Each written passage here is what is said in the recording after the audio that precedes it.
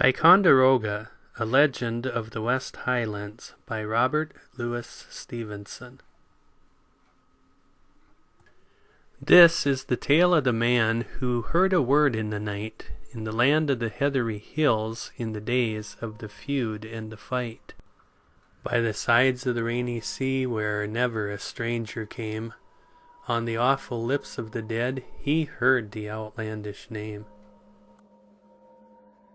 It sang in his sleeping ears, it hummed in his waking head, the name Ticonderoga, the utterance of the dead.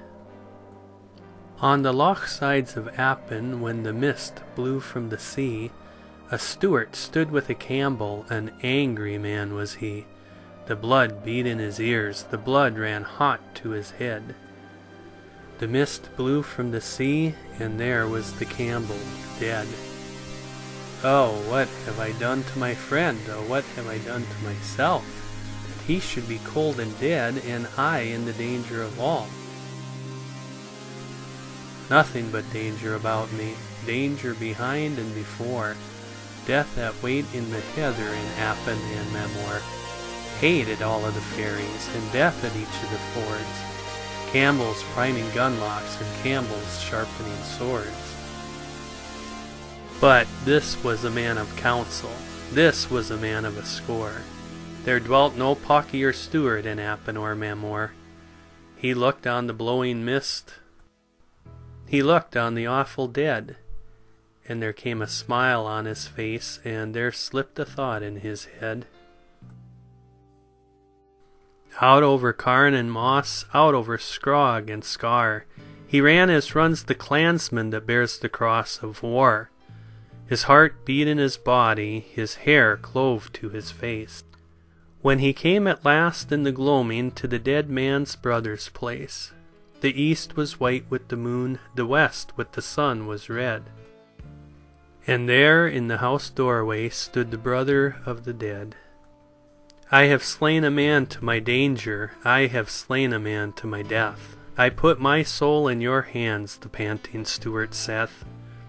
I lay it bare in your hands, for I know your hands are leal, and be you my target and bulwark from bullet and the steel. Then up and spoke the Campbell, and gave him his hand again. There shall never a man in Scotland set faith in me in vain, and whatever man you have slaughtered of whatever name or line, by my sword and yonder mountain I make your quarrel mine. I bid you to my fireside, I share with you house and hall. It stands upon my honor to see you safe from all. It fell in the time of midnight when the fox barked in the den, and the plaids were over the faces in all the houses of men, that as the living Campbell lay sleepless on his bed, out of the night and the other world came into him the dead. My blood is on the heather, my bones are on the hill. There is joy in the home of ravens, that the young shall eat their fill. My blood is poured in the dust, my soul is spilled in the air, and the man that has undone me sleeps in my brother's care. I am wae for your death, my brother, but if all my house were dead, I could not withdraw the plighted hand, nor break the word once said. Oh, what shall I say to our father in the place to which I fare? Oh, what shall I say to our mother, who greets to see me there? And to all the kindly Campbells that have lived and died long sin, is this the word you send them, false-hearted brother mine? It's neither fear nor duty, it's neither quick nor dead, shall gar me withdraw the plighted hand, or break the word once said. Thrice in the time of midnight, when the fox barked in the den, and the plaids were over the faces in all the houses of men, thrice as the living Campbell lay sleepless on his bed, out of the night and the other world came into him the dead, and cried to him for vengeance on the man that laid him low, and thrice the living Campbell told the dead Campbell no. Thrice have you seen me, brother, but now shall see me no more, till you meet your angry fathers upon the farther shore. Thrice have I spoken, and now before the cock be heard, I take my leave forever with the naming of a word.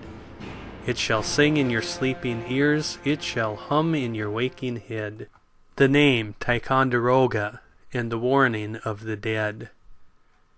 Now when the night was over, and the time of people's fears, the Campbell walked abroad, and the word was in his ears. Many a name I know, but never a name like this. Oh, where shall I find a skilly man shall tell me what it is? With many a man he counselled of high and low degree, with the herdsmen on the mountain, and the fishers of the sea. And he came and went unweary, and read the books of yore, and the runes that were written of old on stones upon the moor, and many a name he was told, but never the name of his fears. Never, in east or west, that name that rang in his ears. Names of men and of clans, names for the grass and the trees, for the smallest tarn in the mountains, the smallest reef in the sea. Names for the high and low, the names of the crag and the flat. But in all of the land of Scotland, never a name like that. And now there was speech in the south, and a man of the south that was wise, a periwigged lord of London, called on the clans to rise. And the riders rode, and the summons came to the western shore, to the land of the sea and the heather, to Appin and Mamore. It called on all to gather from every scrog and scar, that loved their fathers' tartans, and the ancient game of war.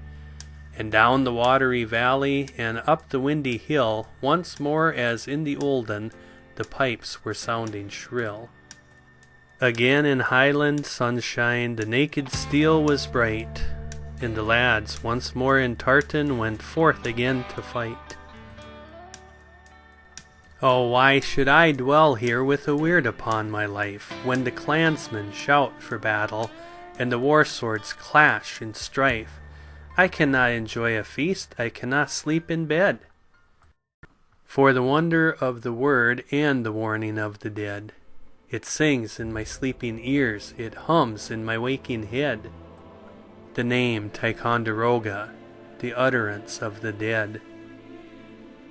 Then up, and with the fighting men to march away from here, till the cry of the great war pipe shall drown it in my ear. Where flew King George's ensign, the plaided soldiers went. They drew the sword in Germany, in Flanders pitched the tent. The bells of foreign cities rang far across the plain. They passed the happy Rhine, they drank the rapid Main. Through Asiatic jungles the tartans filed their way, and the neighing of the war pipes struck terror in Cathay.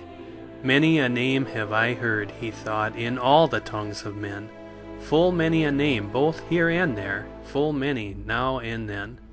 When I was at home in my father's house, in the land of the naked knee, between the eagles that fly in the lift and the herrings that swim in the sea, and now that I am a captain man with a braw cockade in my hat, many a name have I heard, he thought, but never a name like that.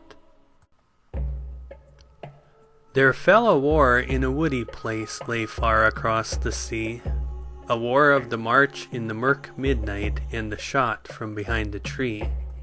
The shaven head and the painted face, the silent foot in the wood, in a land of a strange outlandish tongue that was hard to be understood. It fell about the gloaming the general stood with his staff. He stood and he looked east and west with little mind to laugh. Far have I been, and much have I seen, and kent both gain and loss. But here we have woods on every hand, and a kittle water to cross. Far have I been, and much have I seen, but never the beat of this. And there's one must go down to the waterside to see how deep it is. It fell in the dusk of the night when unco things betide. The skilly captain, the Campbell, went down to that waterside. Canny and soft the captain went, and a man of the woody land, with the shaven head and the painted face, went down at his right hand. It fell in the quiet night, there was never a sound to ken, but all of the woods to the right and the left lay filled with the painted men. Far have I been and much have I seen, both as a man and boy, but never have I set forth a foot on so perilous an employ. It fell in the dusk of the night, when unco things betide, that he was aware of a captain man drew near to the waterside. He was aware of his coming down in the gloaming alone, and he looked in the face of the man, and lo, the face was his own.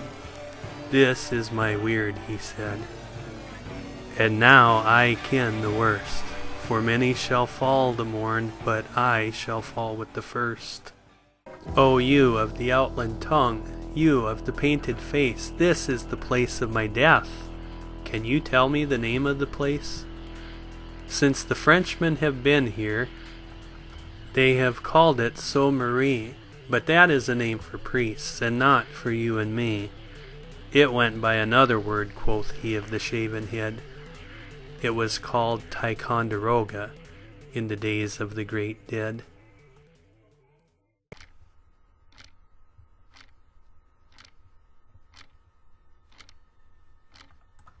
And it fell on the morrow's morning, in the fiercest of the fight, that the Campbell bit the dust, as he foretold at night. And far from the hills of heather, far from the isles of the sea, he sleeps in the place of the name as it was doomed to be.